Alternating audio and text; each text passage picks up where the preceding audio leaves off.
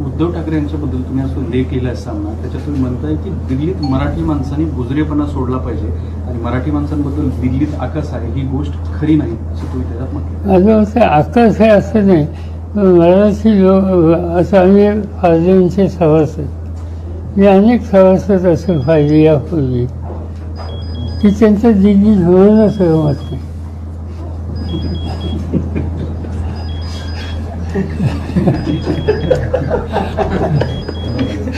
कल्याणाला काय झालं?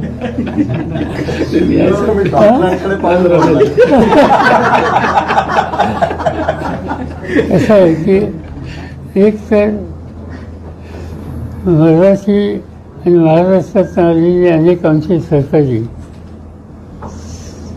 त्यांचं दिल्लीतलं जे काही वास्तव्य असतं ते महाराष्ट्रातून आलेल्या लोकांच्या फक्त सीमित असतं.